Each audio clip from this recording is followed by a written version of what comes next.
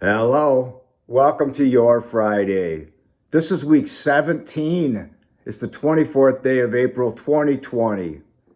Got a lot to talk about, so I'm going to jump right in there today. Last week's video brought a massive smile to my face. I put some over-the-top, goofy jokes out there, poking a little fun at this coronavirus, which we all needed. And your comments indicated to me it was exactly the right thing to do. Thank you so much for watching, for your comments. It meant everything. In regard to our shout outs, there's a few things I want to pay attention to today. One of which is everybody who is staying home and trying to follow the guidelines. It may appear real easy just to stay at your house and do nothing. But it's really not. When you want to go out and do stuff, be with your friends, it's not that easy. But we're doing it, and we're getting there. Then there are those who are working. And I break those down into two different groups. Those who have direct contact with people, and those who are behind the scenes. So you have medical staff who are in direct contact, yet there are people behind the scenes cleaning those facilities. And I want us to pay attention to all of them and give a shout out to them. Our first responders, police, fire, paramedics, dispatchers, those working at health departments, they're doing a crucial job for us. I also talked about truckers.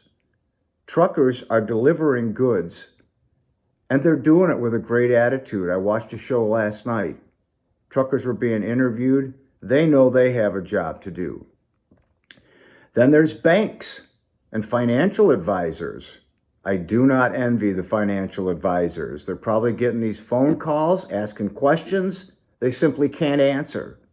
Big shout out to banks and our financial investors. There are people working at pharmacies who come into your house to service your appliances. Another person asked me to give a shout out to the people who deliver our mail, our newspapers, and pick up our garbage. Awesome. I love that idea. We do need our mail, don't we? Last thing is the people that may work at a gas station or a convenience store. I want to give a shout out to them as well. Now, today, I was going to talk about dealing with worry and anger, which I've addressed before. But as going through the internet, I found some other things that I prefer to deal with today. And there are some ideas to dealing with perhaps worry over this coronavirus.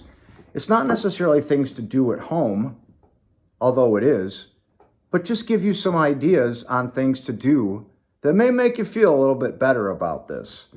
Number one, limit your intake of your news. I've had to do that. I'm a news junkie.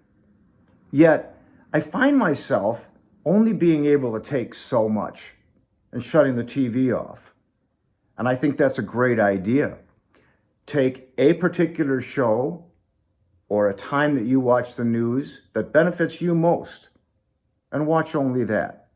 Pay no attention to anything else. It's good to be informed, but probably not good to be overly informed. Another one, rely on the past. In other words, we got through the financial issue of 2008, yet going through it, we were all devastated. We got through 9/11, when those planes crashed into those buildings. This country changed big time. And what I want to think about is we came out on the other side in much better shape, didn't we? We all learned things, and that's what's going to happen here. So remember, we've been through stuff like this before. Maybe not to this degree, but we've been there before. Watch some funny videos, okay? There are some comedians on YouTube that just bring a smile to my face, and I bust out laughing. My dog doesn't understand what's going on when I start to laugh so hard that I cry. Great idea. Great idea. Because this can be depressing. I understand. I'm not tickled about it. and we don't know when we're going to be able to go out. Look after your neighbors. Number 4, check in on them. I don't care if they're young, old. I do that. I send a text, drop by my neighbors, hey, how's it going? You're not supposed to have contact. I get that. Just stand outside. See how they're doing. Again, number 5, support local businesses. There are family-owned restaurants, hardware stores, businesses, at all costs. Try to keep it local, folks. Try to keep it local. We need these businesses, and I'm sure they're suffering. I know they're suffering. Number 6, send somebody a card in the mail. Just grab a card, get on your computer, type up a little note that says, hey, I'm thinking about you, just want you to know it.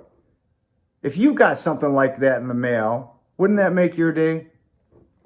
Number 7, make good use of this time. We talked about cleaning your house. You can only do so much of that.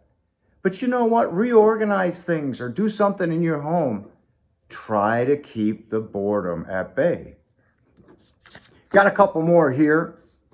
Practice act of kindness, just random, right? Like I said, send someone a letter, send someone a text, call someone. Hey, I haven't heard from you for a while, just checking on you. Want to see how you're doing.